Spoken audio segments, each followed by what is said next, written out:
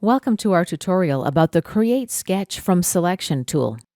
First, I'm going to insert a reference plane. Let's go to Insert on the main menu, scroll to Reference Geometry, and select Plane. I'm going to select this face. The offset distance for the plane, let's leave it 10 millimeters, and click Accept. And here's our new plane, Plane 1. Now I need to select the plane and the sketch entity that I want to use. First, let's make the sketch visible with a right-click and Show, and let's hide the solid.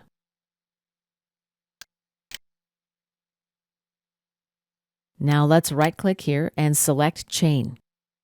Control-select the plane. Let's go to Tools, scroll to Sketch Tools,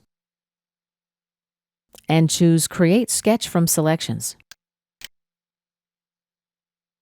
Here we have Sketch 2, which we just created. And this concludes our lesson about creating a sketch from a selection.